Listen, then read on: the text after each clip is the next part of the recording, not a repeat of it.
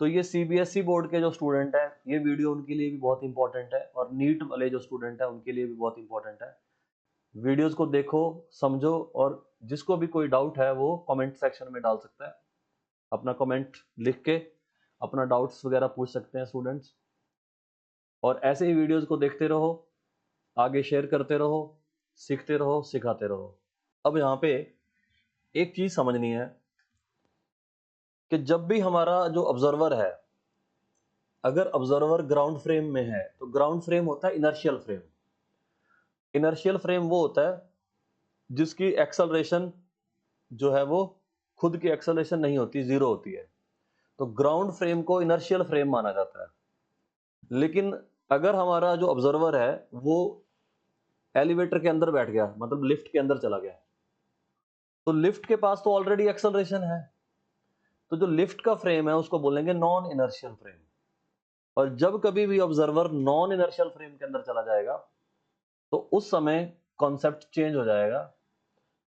उस समय हमें concept of pseudo force introduce करवाना होता है। जैसे कि नाम में आप देख रहे हो कि स्यूडो फोर्स, स्यूडो का मतलब हो गया एक इमेजिनरी फोर्स जो एक्चुअली है नहीं, लगाई जाती है, मतलब ये रियल फोर्स नहीं है, इसका फॉर्मूला फोर्स जैसा दिखता है, इसीलिए हम इसको फोर्स कंसिडर कर लेते हैं। और इसका जो पर्पस है वो सिर्फ कैलकुलेशन पर्पस होता है। तो अगर आपको ये पूछा जाए कि नॉन इनर्शियल फ्रेम के अंदर स्यूडो फोर्स को क्यों इंट्रोड्यूस करवाया जाता है, तो स्यूडो फोर्स की इंपॉर्टेंस क्या है, what is the need of pseudo force. तो स्यूडो फोर्स की जो जरूरत है वो ये है, जो न्यूटन सेकंड लॉ होता है, स्पेशली न्यूटन सेकंड लॉ को, जो कि इनर्शियल फ्रेम के लिए बनाया गया है। जब आप न्यूटन लॉज पढ़ोगे तो उसमें सबसे पहले फ्रेम ऑफ रेफरेंस बताया जाता है। तो जो न्यूटन सेकंड लॉ है वो इनर्शियल फ्रेम के लिए होता है, एप्लीकेबल होता है। लेकिन अगर हमारा ऑब्जर्वर चला जाए नॉन इनर्शियल फ्रेम में, मतलब जिसके पास खुद की एक्सेलरेशन है, तो उस फ्रेम के अंदर न्यूटन का जो लॉ है ये वैलिडेट नहीं रहता, इसकी वैलिडिटी खत्म हो जाती है, ये एप्लीकेबल नहीं रहता उसमें। अब न्यूटन जो लॉ है वो एप्लीकेबल ना होने की वजह से उसको वैलिडेट करवाने के लिए, मैथमेटिकली कैलकुलेशन को ठीक करने के लिए ये फोर्स इंट्रोड्यूस करवाई जाती है। ये बिल्कुल रियल फोर्स नहीं है। तो न्यूटन लॉज को एप्लीकेबल करवाने के लिए किसके अंदर, नॉन इनर्शियल फ्रेम के अंदर हमें concept of pseudo force introduce करना होगा, करना पड़ता है। तो आओ देखो, तो ये हमारा जो ऑब्जर्वर था पहले था ग्राउंड पे, अब हमने ऑब्जर्वर को लिफ्ट में बिठा दिया। लो जी, तो पहले ऑब्जर्वर था ग्राउंड पे, अब हमने उसको लिफ्ट के अंदर बिठा दिया।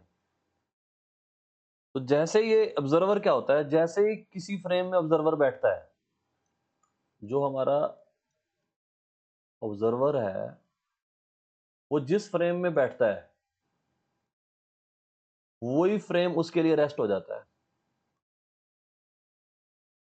ऑब्जर्वर जिस फ्रेम में बैठेगा उसको रेस्ट मान लेगा, उसके लिए वो रेस्ट हो जाता है। इसका मतलब जैसे ही हमारा ऑब्जर्वर लिफ्ट के अंदर गया तो भाई इस ऑब्जर्वर के लिए ये एक्सेलरेशन वगैरह कुछ ना लग रही, उस ऑब्जर्वर के लिए ये हटा देते हैं, ये एक्सेलरेशन वगैरह कुछ नहीं है। अब ये इसके लिए, ये लिफ्ट और इसके अंदर जो भी ऑब्जेक्ट है, वेइंग मशीन है, ये मास जो है, जो ब्लॉक है, ये सब क्या है, इसके लिए रेस्ट हो जाते हैं ये। तो इसका कलर चेंज कर दो, हाँ जी। तो ये जो है, ये हमारा ब्लॉक था एम मास का, तो ये सब कुछ क्या हो गया, अब ये रेस्ट हो गया, स्टैटिक हो गया इसके लिए। इस ऑब्जर्वर के लिए ये रुका हुआ है, क्योंकि जैसे ये लिफ्ट के अंदर बैठा, ये जो लिफ्ट थी हमारी, ये ग्राउंड फ्रेम से जो ऑब्जर्वर है उसके लिए तो ये ए एक्सेलरेशन से ऊपर जा रही है ये लिफ्ट, लेकिन अगर ऑब्जर्वर इसके अंदर चला गया उसके लिए ये रेस्ट पे आ गई, there is no acceleration for this observer, there is no motion for this observer. तो अब इसके लिए कोई मोशन नहीं है। इसका मतलब अगर फिर से एफबीडी बनाए हम इस ब्लॉक की, तो इस ब्लॉक की अगर एफबीडी बनाए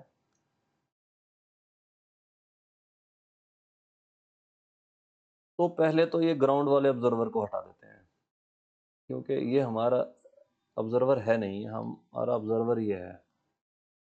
तो ये है हमारा ब्लॉक। तो अब फिर से बनाते हैं फ्री बॉडी डायग्राम एफबीडी।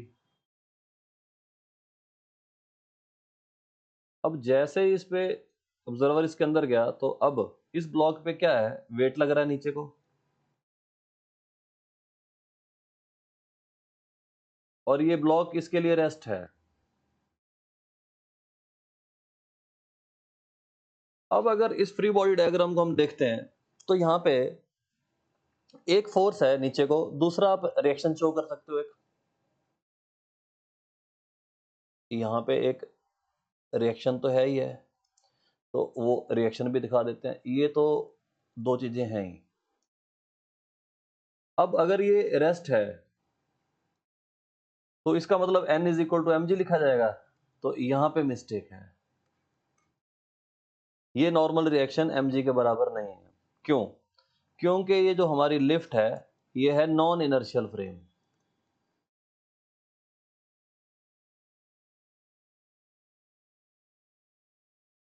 तो नॉन इनर्शियल फ्रेम में अब देखो,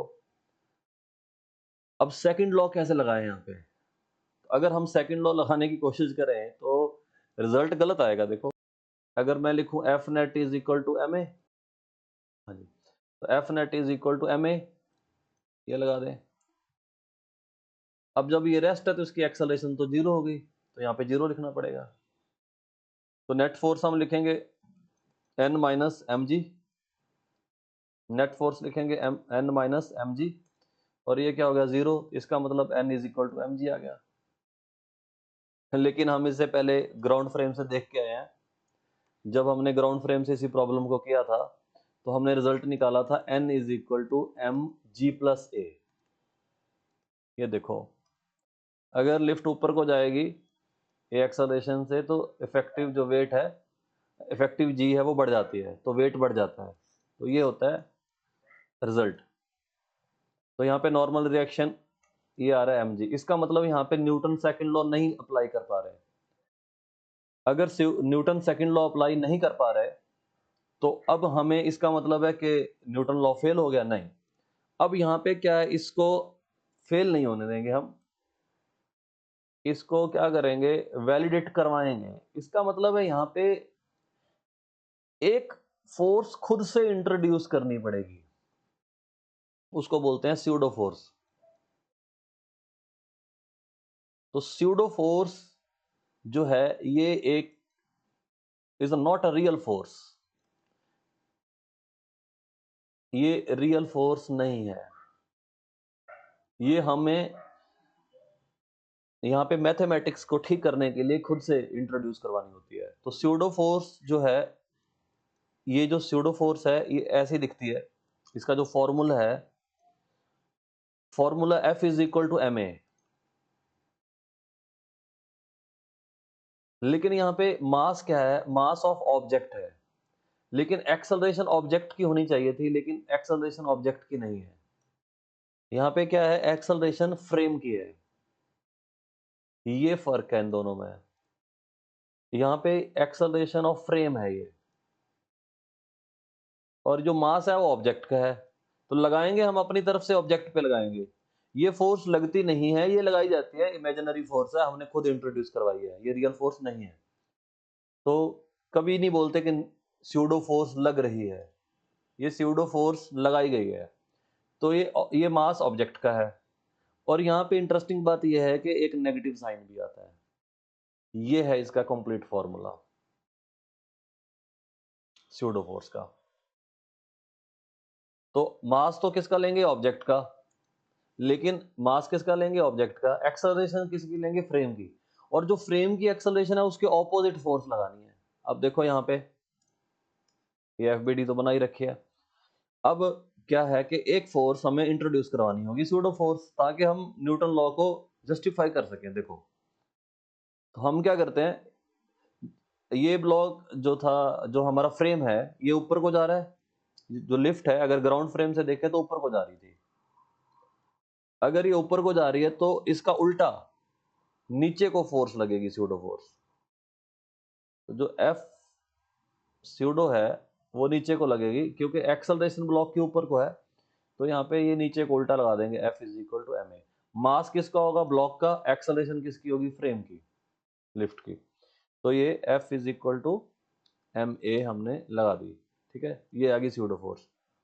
तो अब हम क्या करेंगे, अब ये इसकी रेस्ट जो है वो, जो ये ब्लॉक है ये रेस्ट पे है, तो अब ये हम इसको बैलेंस कर सकते हैं। तो अगर ये रेस्ट पे है यहाँ पे, तो क्या होगा, इसका मतलब है ये प्रॉब्लम अब इक्विलिब्रियम की प्रॉब्लम बन गई है, स्टैटिक इक्विलिब्रियम।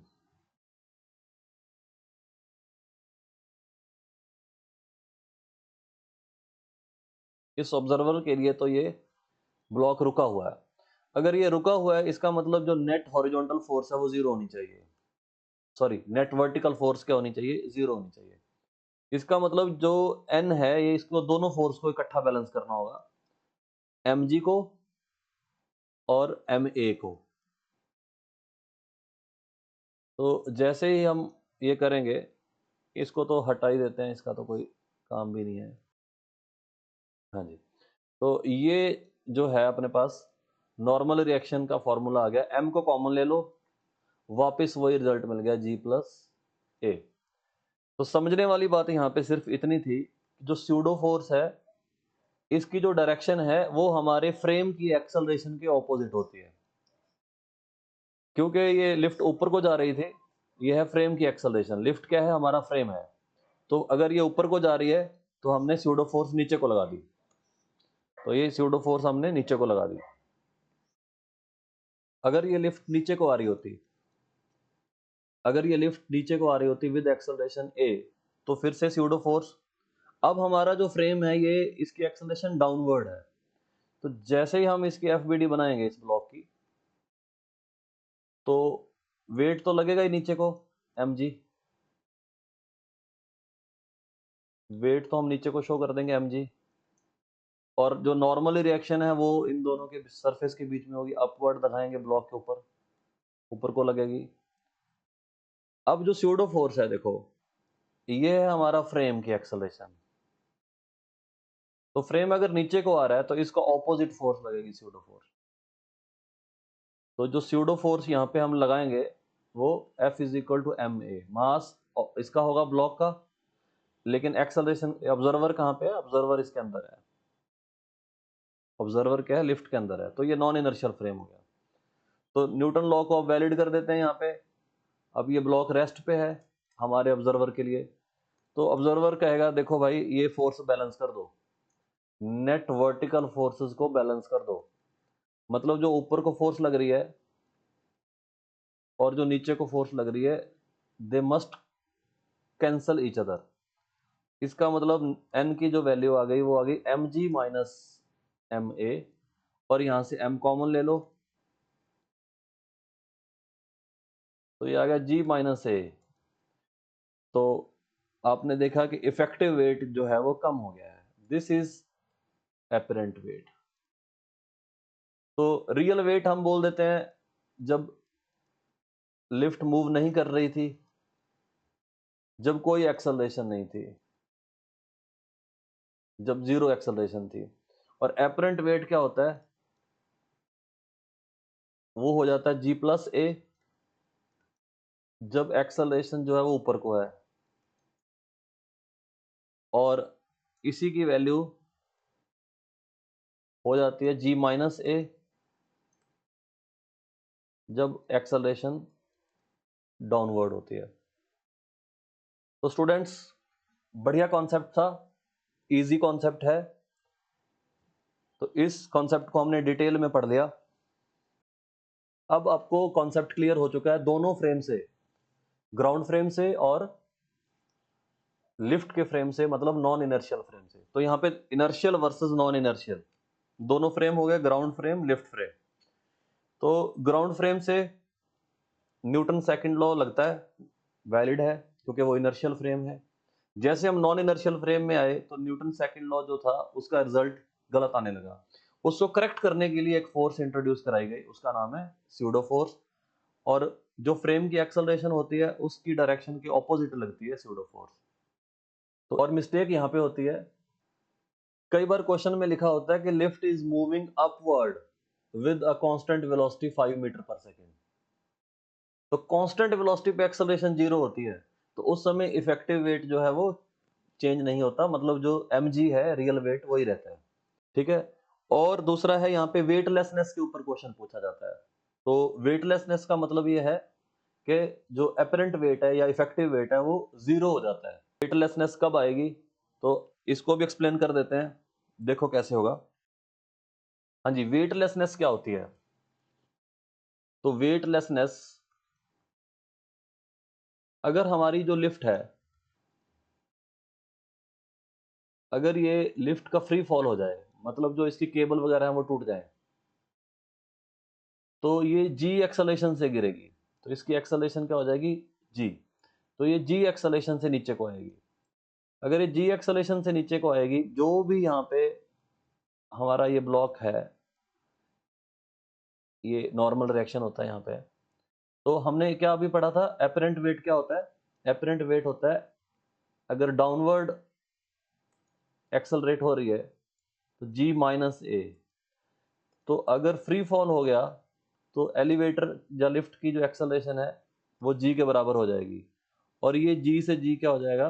Cancel out.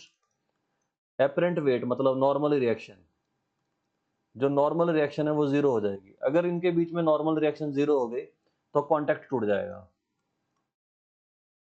तो कांटेक्ट क्या हो जाएगा? खत्म हो जाएगा। तो इस स्टेट को बोलते हैं वेटलेसनेस। तो सीबीएसई में ये क्वेश्चन पूछा जा सकता है, डिफाइन वेटलेसनेस, या फिर किस कंडीशन में वेटलेसनेस अचीव होती है। तो फिजिक्स के अंदर 2-3 कंडीशन है ऐसी, जिसमें से एक ये है वेटलेसनेस की। तो ये है वेटलेसनेस का क्वेश्चन, मतलब इफेक्टिव वेट 0 हो गया। तो स्टूडेंट्स आपने देखा, दोनों फ्रेम से हमने प्रॉब्लम को सॉल्व कर दिया और कॉन्सेप्ट ऑफ वेटलेसनेस भी क्लियर हो गया। इस वीडियो में इतना ही। नेक्स्ट वीडियो लेके आएंगे डिफरेंट कॉन्सेप्ट पे। आप वीडियोस को शेयर करो अपने दोस्तों से, खुद भी देखो। जो भी स्टूडेंट जेई मेन नीट की तैयारी कर रहे हैं, या ये वाली जो वीडियो है ये तो सीबीएसई के लिए भी बहुत इंपॉर्टेंट है, क्योंकि क्लास 11 में जो भी एग्जाम होते हैं उसमें एपरेंट वेट पे क्वेश्चन जरूर पूछा जाता है। तो ये सीबीएसई बोर्ड के जो स्टूडेंट हैं, ये वीडियो उनके लिए भी बहुत इंपॉर्टेंट है, और नीट वाले जो स्टूडेंट हैं उनके लिए भी बहुत इंपॉर्टेंट है। वीडियोस को देखो, समझो, और जिसको भी कोई डाउट है वो कमेंट सेक्शन में डाल सकता है। अपना कमेंट लिख के अपना डाउट्स वगैरह पूछ सकते हैं स्टूडेंट्स। और ऐसे ही वीडियोस को देखते रहो, आगे शेयर करते रहो, सीखते रहो, सिखाते रहो। Thank you.